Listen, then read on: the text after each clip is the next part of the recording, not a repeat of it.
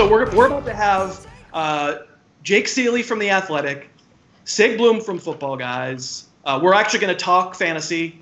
How we doing, Dave? All right, we got everybody ready to go. Thank you, Dave Piper, the voice from the sky. And there's everybody. Jake Ciely, hello. How's it going, Chris? It's going good. Sig Bloom, hi. Good evening. Thanks for being here, you guys. We're obviously, you guys are in far-flung locales. Jake is in Virginia. You're in Virginia, right, Jake? Yeah, Virginia Beach. You got it. And Sig, you're in New Orleans. Yes, sir. And I hope you guys are safe and well, and your families are safe and well. I'll just quickly ask Sig, like, you good? You okay? Family okay? Everything good? Yeah, we're good. I mean, I think that those of us that are still intact at this point made it through the scariest, the biggest unknown part, and now we can take precautions and look out for each other like we're doing right now. Well, good, thank you. And Jake, you're having to deal with you're having to deal with Barkley, right? Yeah, she's fine though. I mean, we already work from home anyway, so I think I've seen my family and that's it. And then I get takeout from local restaurants that I can reheat the next day and just put straight in the fridge, just because I don't even trust that. That's not a terrible policy. All right, so the idea that we had was maybe we'd just go back and forth, and I would ask you some questions, just what you think about some of these guys changing teams. I have the list of topics that I was going to ask you. Sig, I'll start out with you. We have DeAndre Hopkins going to the Cardinals. I wonder, do you imagine going from Deshaun Watson to Kyler Murray? Do you like his fantasy value a little more, a little less, and then David Johnson comes back the other way? Maybe you could just talk about... Sure. Well, Hopkins I'd probably like more than others. I would keep him roughly the same. He was getting by on Deshaun Watson and his talent, but now there's a system that can really jump off from the paper to the football field with the abbreviated offseason. But now I think Cliff Kingsbury can do a lot more. And if they take a tackle at number 8, now that offensive line really comes together. David Johnson's back from the dead. I think that a month ago, most people had moved on from him as any sort of fantasy factor, but now he's going to get Carlos Hyde's touches. Plus, Deshaun Watson hasn't been the best at finding his checkdowns, part of his flaw. But I think that David Johnson still gets a big leap from that trade, as we thought he was a liability, not somebody who would be thought of as an asset in a trade like Bill O'Brien did. Yeah, I mean, at least he's not fighting Kenyon Drake, so that's a good thing. So, Jake, given the situation with these two teams, you just put out some very preliminary ranks, I think just a couple of days ago. So where are you leaning between these two quarterbacks? It seems laughable that we would have had this conversation even just like a month ago, but we're talking Deshaun Watson, Kyler Murray. Who do you think is more draftable? Granted, Houston might take a receiver. Like, a lot of stuff could change right now. Yeah, honestly, if they even do take a receiver, I would still take Kyler Murray before Watson. And I know we're talking like 3, 4, 5 in the rankings type situation, so it's 1, 2 spots at the most. But you're talking about the rushing upside is what's vaulted Kyler Murray to begin with, where he finished as a rookie, whereas his upside now with Hopkins there, he's got the great arm to connect with Hopkins. So I'm not concerned about Hopkins' value, and a lot of people push back. I have him at number 3 at wide receiver right now. But for that sake, I mean, we're talking about a rookie, whatever Will Fuller is, Kenny Stills, and all the rest of it, it's not going to equal what Murray has now, and Murray already had the rushing floor. I mean, they certainly both have a lot of rushing, right? I haven't really made up my mind yet, and I sort of do want to see what happens after the draft, but I think it's totally arguable that it would be that. So, Jake, I'm going to go on to the next guy. Todd Gurley goes to the Falcons. What do you think? Well, it's a great landing spot. I mean, like the backfield's his. I mean, we're not going to see much of Ito Smith or Kadri Olsen or whatever you want back there. Are his days of 25 touches a week probably gone? Yes, if the Falcons are smart, but I thought it was a very smart signing by them. If he's 90% of what Todd Gurley used to be in that backfield, the rushing attempts actually inside the red zone, inside the 10, inside the 5 aren't too dissimilar from the Rams, where even last year, he didn't have the yards, but he scored a bunch of touchdowns. I think Todd Gurley has top 15 upside, but I don't want to draft him as that. I think that you have to draft him as a mid-low RB2 for the risk to be involved because, we could get, 5 games out of him and never know what's going to happen this season. He didn't look like he was running hurt last year to me, but I guess he was hurt. I mean, the team that knows him best, right? I'll ask the same question for a different player, to Sig, which is essentially the Melvin Gordon question. It's so funny. These two running backs, Gordon and Gurley, are just hated in several quarters in this world, and I kind of don't understand why. They feel like they've been pretty good players. But so Melvin Gordon goes from the Chargers to the Broncos. What do you think?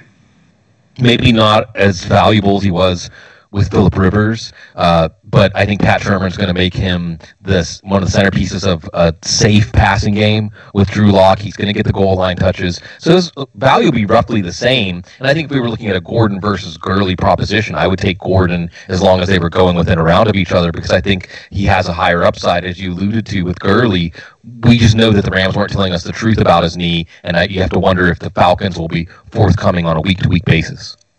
So, do you have Philip Lindsay concerns? I mean, people are going to hear that and say, "Well, don't you understand? Lindsay's going to take touches." No, you're right. And Lindsay's going to get his 8, 10, 12 touches. And Lindsay's going to be a player that, remember, Gordon's durability history wasn't exactly spotless up until a year or two ago. So Lindsay could be a player who matters, but for now, going into the season, I think he's just a boombucks, what I would call what the heck flex. But he has so much ability, and it just seems like it's not Philip Lindsay if he's not having to fight uphill, swim upstream to get recognized. Right. So, Jake, same question for you. Between those two running backs who changed team, Gurley, Gordon, who deserves to be ranked higher? Yeah, look, the upside of Gurley is higher. We know the ceiling is higher. The backfield is his, but I would take Gordon before I took Gurley, certainly. I think if you look at Gordon, once he was quote-unquote back and going through his preseason about middle of the way, once he had a few games under his belt, for the rest of the season, on a points per game and the total points, it was 9th for him, and it was 12th or 13th, depending on your league, for Eckler. I think you put that on the Broncos, but bump him down about 4 or 5 spots. I think Gordon's going to be fine as like a mid-high RB2, but now, to Sig's point, Lindsay's probably now fringy RB2, especially once you start talking about all the rookies getting involved. So I think that you just kind of similar values to what we saw with the Chargers. You just bump him down a little bit, but that being said, I would still take Gordon before I took Gurley. Another one I'm not sure. I'm asking questions that I don't know the answer for myself, but I feel good that I don't have to decide right now. You're the dummies on this stupid show. I'm asking the questions. So, Sig, Tom Brady goes to the Buccaneers.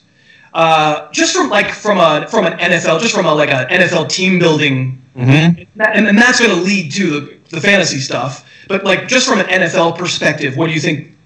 What do you think that? I mean, it's a dumb question. What do you think that does to the offense? But maybe it's not so. Maybe it's sort of sneaky, not so dumb.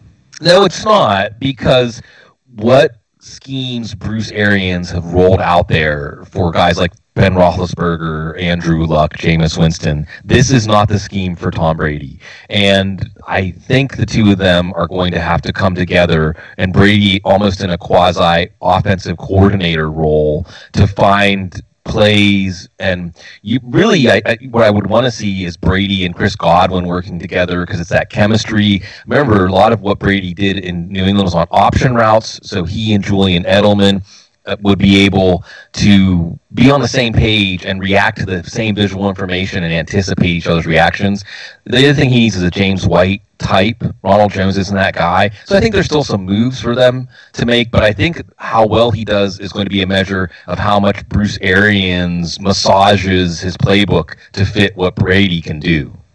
So that said, Jake, I'll throw this to you. I mean, to me, I said this on the podcast, it's probably not quite the yardage and points, but they scored 500 and something points last year. That's kind of dumb. Brady's going to make the whole outfit more professional, but that means you punt sometimes, right? You don't throw a bunch of interceptions, and maybe it's a slightly worse situation for fantasy just because it's not so completely pinball-y and crazy. I wonder if you agree with that, and then I wonder if you have a take sight unseen, and I wouldn't expect anybody's take in this regard to be really super strong, but just if you have a leaning one way or the other, whether Brady's presence rather than Jameis Winston is better for Mike Evans or for Chris Godwin. Yeah, so to Sig's point, I actually don't think there's much of a decrease for Godwin. I think the little bit of the decrease comes down to Mike Evans being possibly top 10, both of them possibly finishing top 10 with Jameis Winston over a full season, and now Mike Evans kind of gets bumped out a little bit, maybe down more like the Allen Robinson, Keenan Allen concern range. But to the point of the Tom Brady in this offense, he doesn't need to be Jameis Winston, and he's not going to be Jameis Winston because he's not going to throw for 5,000 yards. And to your point, what you said, it's the fewer turnovers. But on the positive side of it, I certainly could see Tom Brady throwing for more touchdowns with that receiving core. I could see him hitting 35 next year, and he's done it before. And Tom Brady, if you want to talk about him for fantasy purposes, nobody's taking him as a QB1. He finished QB12 last year. He can finish as a QB1 again this year with that offense. So I think it just becomes a more efficient offense. The touchdown should still be fine, and he'll throw for 4,300 yards or something like that. But like you said, I think Godwin's the one that stays steady. I'm a little bit more concerned about Evans. So, Sig, do you agree with that point? Would you say Godwin right now ranked ahead of Evans? Absolutely. And I think Evans it's the same concerns I had about N'Keal Harry whenever they drafted him last year. Brady at this point in his career I just don't think is a throw 50-50 balls, throw a receiver open. And what's the beat we keep hitting here? A safer offense, taking care of the ball. Todd Bowles, defense, hopefully doing some of the heavy lifting for this team to get W's. So I do think that there won't be as many of those throws where the YOLO throws to Mike Evans that he was getting last year. And O.J. Howard's an interesting name here, but again, you can hear Bruce Arians, if you dissect what Bruce Arians saying, something like O.J. Howard should be thrilled or something to that effect. The idea being that it's still up to O.J. Howard. He hasn't gotten traded yet. Still up to O.J. Howard to figure this out. If he does, maybe there'll be a role for him better than what he had last year. So we talked about Brady. I just figured I'd show folks that I actually do have New England Patriot footy pajamas. These are sent to me by a listener of the show. So these are the actual Patriot footy pajamas, and was I ever going to do the show in them? I was not. Okay, Jake, Stefon Diggs goes to Buffalo. It's funny, like I think you'd say your immediate reaction is it's outdoors, it's cold, it's windy, Josh Allen's not accurate, I'm scared to death of this. But I think there's a way for Stefon Diggs to still be really good. I think he still could be really good, but I see this more as a boon for Josh Allen being cemented inside the top 10. I mean, he was going to be inside the top 10, but there's some hesitations, especially if Jameis Winston ended up in a favorable situation, which doesn't look like it's going to happen at this point. But you might have other options where you say, all right, Josh Allen, I think this just locks him in, because what I think you and I talked about on your show, what they're doing with what Cam Newton did late in his career with the Panthers, instead of giving these giant 6'4" guys and saying, oh, well, he can just get it into their catch radius. That's not what you want with an inaccurate passer. You want somebody who finds the space and gets open. And that's what's been working so well for Josh Allen last year. That being said, the inaccuracy, we're talking about going from 69% of Kirk Cousins to under 60% for Josh Allen. So Stefon Diggs last year as a mid-wide receiver too, I think that's kind of the ceiling. I think he needs to stay in that range, as much as I don't think it's going to be the weather or playing outside or Josh Allen. He's not going to get killed out there, but I don't think he's going to improve in Buffalo at all. I just remember a lot of long throws by Kirk Cousins that had no chance that Diggs was open, and I go, oh, I feel like there's a chance that could yeah, but wide receivers, kind of a mess. I think it's hard to imagine Diggs supersedes the mess as a result of playing with Josh Allen. That is fair. So that said, Sig, let's say the Vikings take a receiver, or find a receiver, so they have to find another receiver, I think. But it's going to be someone not as good as Adam Thielen, and Kirk Cousins has liked to throw to healthy Adam Thielen in the past, so I'll do the dumb comparison where you are right now, Diggs or Thielen. Thielen, and it's a pretty wide margin, because I think Jake hit the nail on the head that this is great for the offense, which means it's great for Josh Allen. How long before Diggs is frustrated, even just because he's not the man, because he wasn't the man, and he's not going to be the man in Buffalo either. But as far as a team in a Super Bowl window really going for it, you understand the move. You like the move that Brandon Beane made, but it's far from an ideal fantasy situation where Adam Thielen, if he stays healthy, can catch 120 balls, 125 balls, and then Irv Smith would be the guy, no matter who they draft at receiver, and they will probably take a receiver in the first. Irv Smith's the guy I'm most interested in as the second option in that pass offense. I wish they would just not have Kyle Rudolph on the roster. That would be lovely for Irv. That would just clear things up for me so much. Last topic for you guys. Jake, I'll throw it to you first. I definitely haven't been asked about a player more this offseason, especially since Melvin Gordon left, than Austin Eckler. And I know what the answer to this question would have been if I could count 2019 stats in 2020, but I don't think they let me do that. So for you, in a PPR league, Austin Eckler, maybe the Chargers take a running back. My tendency would be to think it's probably not going to happen the first whatever they are, first 5, 6, 7, whatever picks they are. So it's probably not going to be one of the huge names. So let's say it's not a huge rookie running back there for the Chargers. Austin Eckler in a PPR, is he a first-round pick? I still want to go first-round pick. No, I put him fringe RB1. Also, just basically, even at full-point PPR, I just don't like relying on somebody who might get 5 carries this week. And then might see now, this could all change. To your point, it's going to be, and I hate to kind of put that like, oh, well, we'll have to see what happens in the draft. You know, if they draft, there's some big running backs in this draft. They're not going to draft A.J. Dillon, I don't think. But if they draft somebody who's going to step into that role, like I thought they might sign Jordan Howard, then I wouldn't even consider him like fringe RB1. But, you know, as of today, if we're playing that game, I think he's in the conversation, but I wouldn't take him in the first round. And so, Sig, I figured I'd close up asking you the exact same question, considering how much grief I get over Austin Eckler in my life. Yeah, probably not. I mean, look, Tyrod Taylor, that worries me a bit. And he did support LaShawn McCoy's receiving numbers in his last year in Buffalo, but that was with what? I mean, who were the receivers at that point for the Bills?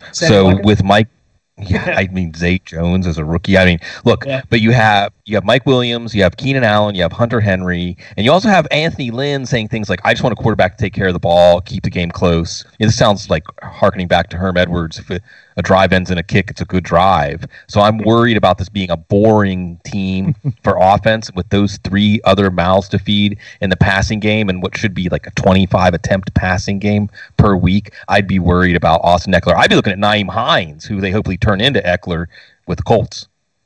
Sure, that would be lovely. I would be 2 years too late on it, but I would be smart in arrears. People could just associate my name generally with him. That would be great if he, because that's not what I'm going to say in 2020, but it sure is what I said in 2019. Your point is so well made, because in the end, we're not great at anticipating which the super explosive or super disappointing offenses are going to be. We miss all the time, but by the same token, you look at that Charger offense and you go, whew, they have a long way to go to prove. I mean, they could prove. They absolutely could prove. But they need to, you want players on good offenses, even pretty good players like Austin Eckler. All right, guys. Well, thank you for joining us on this magical mystery tour of surveying the world's favorite fantasy football experts. So, Jake, what are you doing with The Athletic in the offseason? You're doing like 8 podcasts right now. No, it's actually slimmed down because there's no sports going on, so it's only football right now. So it's only once a week, but I appreciate that. I said the throwback, mine I kind of put on hiatus, partly because, to answer your question first, I just released my top 88 rookies for the NFL draft and the skill position only. So that's out there on The Athletic. Plus, it's 90 days free right now because they're not charging because there is no sports. There you go. And so, Sig, I'm less familiar with what football guys are doing. You guys are definitely doing podcasts. What else? Yeah, podcasts, and we've got a lot of off-season content. Matt Waldman, you can catch some of the RSP that he's put out there for free to see what you can get from that classic tome. I think 1,600 pages. We all need something to pass the time. And then we'll be live for the draft for the first round. I'll be putting out the Bloom 100 soon here. And absolutely, we're the perfect people to get everybody through this because we know how to distract. We know how to cope with things we don't want to think about or deal with. We've been mastering this all along. This is our moment. All of our lives. And I should mention Matt Waldman is going to be the guest on my podcast next week. We're going to talk about all the rookie wide receivers. So much love to Matt and the rookie scouting portfolio because it's kind of the Bible. It's pretty damn good. Thank you guys so much for participating. You guys didn't even hesitate when I asked. It means a lot to me. And we're going to keep raising money. I'm told as of right now, we've raised over $4,800 already. It's pretty great. Yeah. That's awesome. Yeah. Thanks, gents. Thank you again very much. Thanks so much for watching. Please, please, please smash that like button, write a comment, tell us who else you'd like to see us review film on, and of course, best of all, please subscribe to our channel and then click that little bell above the subscribe button and you'll be notified whenever we post a new video.